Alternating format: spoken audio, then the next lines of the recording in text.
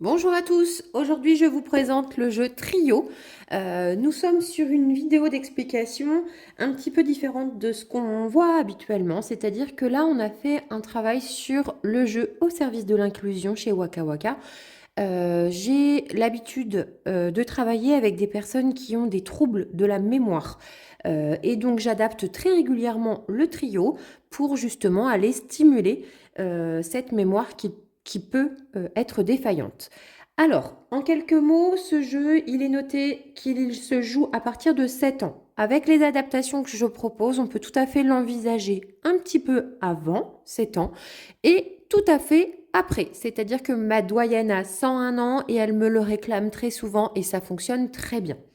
Nous sommes sur des parties de 3 à 6 joueurs et des parties qui vont durer plutôt 20-25 minutes. Alors voilà un exemple de mise en place pour 3 joueurs. Je respecte les conditions, les explications de la règle initiale, c'est-à-dire que pour 3 joueurs, je distribue 9 cartes à chacun et je positionne 9 cartes face cachée au centre de la table. Je rappelle que mon objectif est de réussir à collecter 3 cartes identiques. Pour cela, je vais supprimer certains éléments de la règle, c'est-à-dire que je vais aller à l'essentiel et demander la valeur de la carte directement et non plus la plus grande carte ou la plus petite carte de la main du joueur concerné. J'utilise aussi très régulièrement pour ce jeu les réglettes en bois. Je rappelle que mon objectif, il est de stimuler la mémoire. Je vais donc supprimer tout ce qui va être parasite autour de cette partie, de cette partie, mais je l'adapte sur tous les jeux. C'est-à-dire que si, en plus des troubles de la mémoire, on peut avoir des difficultés à tenir l'ensemble de ces cartes, on peut avoir des difficultés visuelles, eh bien, le fait d'utiliser ce support, c'est idéal. Pourquoi? Parce que les cartes sont posées devant soi, les cartes ont des valeurs qui sont suffisamment grandes et faciles à lire, et donc en utilisant cette petite réglette, on a quelque chose de beaucoup plus simplifié et visuel pour les joueurs.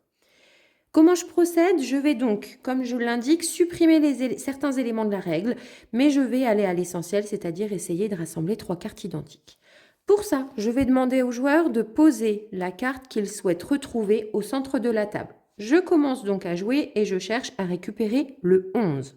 Je vais donc demander à une de mes adversaires, s'il te plaît, n'importe quel prénom, as-tu le 11?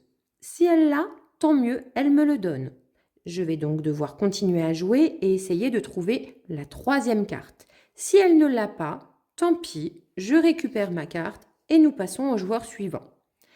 Le joueur suivant vient de voir mon 11 au centre de la table. C'est d'ailleurs volontaire de poser la carte au centre de la table pour stimuler la mémoire visuelle.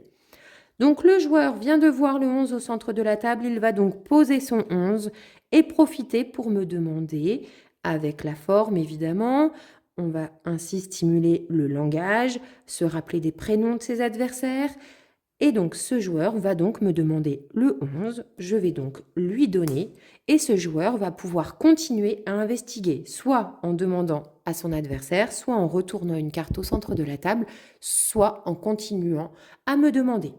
En l'occurrence, il retourne une carte au centre de la table, c'est un 3, ce n'est donc pas la valeur recherchée.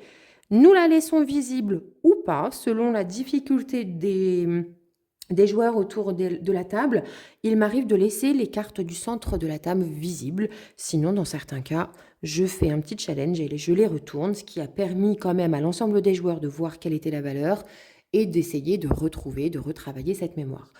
Ce joueur qui n'a pas réussi à trouver la troisième récupère sa carte et je fais de même, je reprends ma carte et la voisine va pouvoir continuer à investiguer avec soit la même valeur, soit une valeur différente. Donc voilà une première adaptation et surtout, je vous conseille d'adapter au maximum en fonction des joueurs.